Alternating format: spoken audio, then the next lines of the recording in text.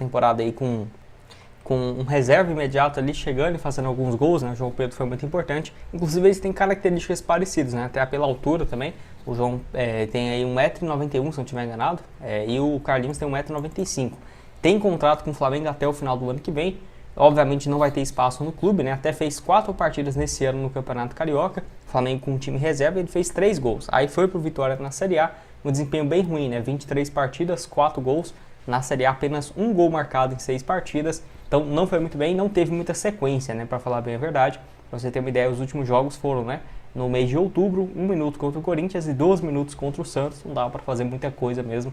Temporada bem abaixo. Pelo Flamengo no ano passado, 16 jogos, 2 gols depois daquele campeonato excelente, né? Campeonato Carioca pelo Nova Iguaçu. Ficar de olho, não é um reforço assim, que eu acho sensacional, mas um bom reserva, mostrando, né, o caminho aqui que eu vou trazer para vocês de alguma dessas opções.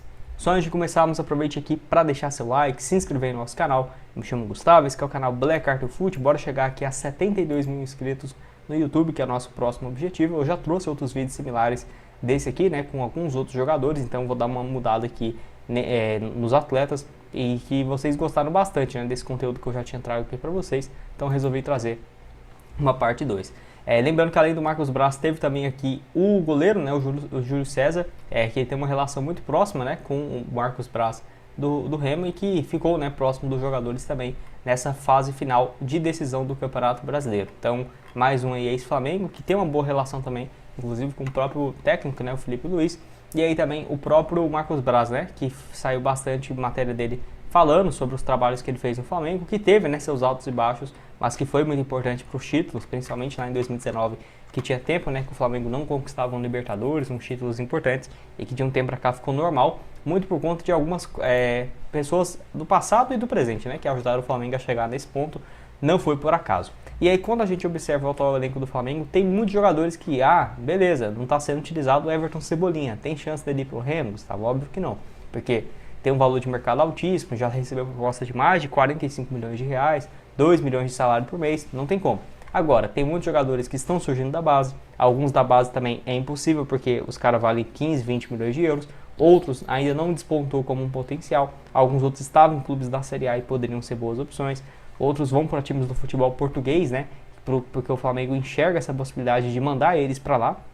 Às vezes o clube que acabou de subir para a primeira divisão, ou o Sporting, por exemplo, de Portugal, que ele tem uma parceria também, e acaba que alguns clubes na Série A poderiam fazer esse papel para o Flamengo também, de você ter uns reservas do Flamengo chegando por empréstimo e ter um potencial de valorização, principalmente jogadores mais jovens, né? Por exemplo, eu vou separar 2 aqui, que é o Vitor Hugo, né, e o Carlinhos, que eu já falei aqui do Carlinhos nesse caso, mais experiente. O Vitor Hugo é um meio-campista de 21 anos, o Flamengo, para você ter uma ideia, ele foi titular em 2023 e 2022, quando o Flamengo conquistou a Libertadores. O Flamengo tinha proposta de mais de 10 milhões de euros tranquilamente nas mãos para vender o atleta, que só tinha 18 para 19 anos, ou seja, era um valor até baixo, né? Todo mundo esperava um valor astronômico para essa venda. É engraçado, né? Como o caminho vai indo, não conseguiu acertar essa venda, e você acha que o Vitor Hugo que desaprendeu a jogar bola? Eu não sou tão inocente assim, porque ele ficou, né, em 2022 e 2023 titular absoluto do Flamengo, aí 2024 perdeu esse espaço, só fez 22 partidas, foi para o futebol turco, foi titular absoluto, tá? 35 jogos, 3 gols, tinha uma cláusula de opção de compra de quase 7 milhões de euros que o clube turco não exerceu, e aí ele voltou para o Flamengo nesse ano e foi emprestado para o Santos. Tanto que quando ele é anunciado, até porque ele é um meio-campista, um volante, canhoto, então ajuda muito na criação das jogadas também, todo mundo pensou que ele seria titular absoluto do Santos. Não foi o que aconteceu, só fez 9 partidas na Série A do Campeonato Brasileiro pelo Santos e uma com a camisa do Flamengo, né? Então não conseguiu muito bem, e tem contrato com esse empréstimo, pelo que eu vi aqui, até o meio do ano que vem com o Santos, um vínculo de 1 ano.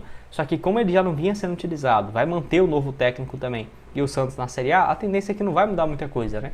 E ele pode até rescindir esse empréstimo e tem contrato com o Flamengo até o final de 2027. Então, se eu fosse o Remo, eu ficaria de olho nessa possibilidade, porque pode ser uma opção que você chega agora de empréstimo, hoje ele vale 4 milhões de euros, mas você coloca uma opção, se ele bater umas metas, ou se o Remo quiser comprá-lo no fim da Série A, para não ter risco de valorizar e perder também, aí tem uma opção de compra de 4 milhões de euros, 3 milhões de euros, o clube permanecendo na primeira divisão.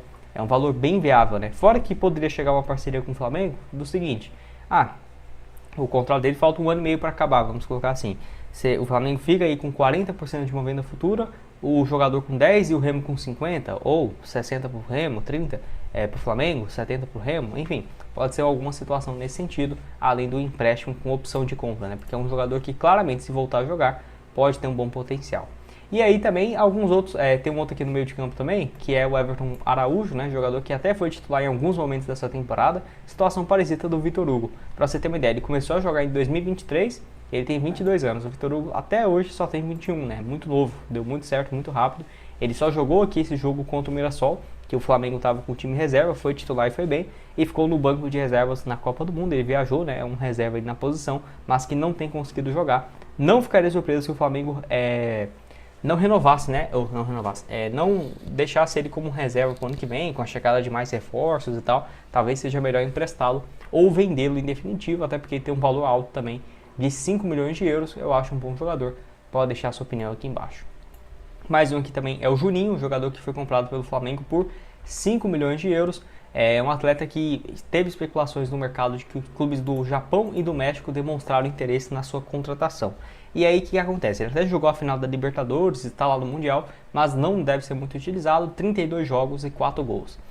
O Flamengo, a prioridade é vender, só que de acordo, né, com as informações, não está aparecendo muitas propostas para compra em definitivo, apenas por empréstimo. E aí, se for nesse cenário, se eu fosse o Remo, eu tentaria, né, entrar nessa parada, até porque se o Flamengo aceitar emprestá-lo, pagando uma parte dos salários, por exemplo, né, deve ganhar no mínimo 500, 600 mil, pode ser uma alternativa mais viável. Agora, se somente quiser vender, mesmo que apareça uma proposta baixa, né, pode ser que o Flamengo até recuse. Por exemplo, pagou 5 milhões, você vai vender ele por 2 milhões e meio, talvez é melhor você emprestar para algum clube e ter um potencial de valorização do jogador, né? Porque não é porque ele foi mal no Flamengo agora que eu acho ele ruim, muito pelo contrário. Acho que se chegasse no Remo, chegaria para ser um titular absoluto. Até porque aqui no Brasil ele passou rapidamente, né, por Novo Horizontino, Atlético Paranaense, Vila Nova, sem muito destaque. Não foi uma temporada absurda também lá em Portugal, até ele chegar no Karabag do Azerbaijão. Disputou o Champions League e tal, fez muitos gols. Ó, a primeira temporada completa 31 gols, a segunda tinha 11 gols em 25 jogos. Foi comprado por 450 mil euros e vendeu por 5 milhões de euros, né? Então foi um negócio muito bom para o clube do Azerbaijão. E aí é uma possibilidade para a próxima temporada, ficaria de olho também, jogador bem interessante. Mais um aqui, são dois jogadores defensores, né, da base, que eu vejo um bom potencial, que é o Da Mata, que só tem 19 anos, tem um potencial aí de se desenvolver, e que fez uma partida no profissional, então tá bem novo ainda, né, só 19 anos, mas na base, ó, 32 partidas, 3 gols e 1 assistência. E o outro é o Cleiton, que tem 22. Eu acho difícil ele continuar para o ano que vem, mas aqui, ó, ficou no banco de reservas em algumas partidas, 22 anos, é canhoto, então tem essa saída de bola bem interessante. E tem, caramba, tá certo isso, ele tem 1,90m quase e pesa 61 quilos, rapaz. E eu achando que eu tava magro, eu com 1,67 tô pesando 63, rapaz. Enfim, não sei se tá certo isso aqui não, viu, sinceramente. E aí, né, 7 jogos pelo Flamengo nesse ano no profissional, 5 no ano passado, 3 em 2023, 6 em 2022, então já tem tempo que ele joga na base. E aí tem até um exemplo aqui, ó, desse carinha que é o Ryan Lucas, que estava no Flamengo também numa situação parecida, ó, 4 partidas em 2024, 4 em 2025, sempre convocado para essa categoria de base, jogou a Copa do Mundo pela seleção brasileira como titular, e aí ele foi para o Sporting lá de Portugal, emprestado, né? É uma opção viável, Gustavo? Eu acho que não, porque ele está com um vínculo com o Sporting nesse momento.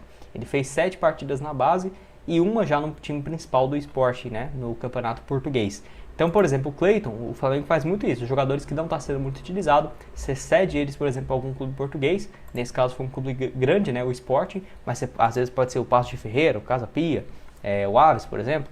Enfim, o Santa Clara. E aí o Flamengo fica com um percentual. Por que não fazer isso com o clube brasileiro, né? O Remo ficando com um percentual e o Flamengo com outro, até porque parece ser um zagueiro com muito potencial, né? Você não sabe o que pode virar, porque às vezes o cara sai daqui um pouco desconfiado e tal, chega lá na Europa, fica 3, 4 anos em Portugal, é vendido para um time da Alemanha, passa 1, 2 anos, já é convocado para a seleção e, nossa, caramba, quem que é esse cara que estava no Flamengo e tal? Acontece direto, né?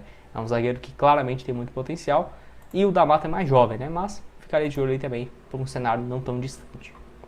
Bora de mais um aqui com vocês, que é o Guilherme Gomes, que é um meio-campista também, fez nessa temporada pelo time sub-20 42 jogos, 14 gols e 2 assistências, e que fez 2 gols contra o Mirassol, né, também, no final de semana que o Flamengo foi com o time reserva. Foi bem, né, deixou uma boa impressão nesse empate em 3-3. No profissional nessa temporada, 7 partidas, 3 gols e 3 assistências. No ano passado já tinha 7 jogos e 1 gol, só tem 19 anos. Eu acho isso mais difícil porque é aquele cara que o Flamengo deve fazer um dinheiro, né? Vender realmente com um valor bem alto. Não vejo um cenário muito possível de empréstimo, pelo menos não nesse momento. Tem outro aqui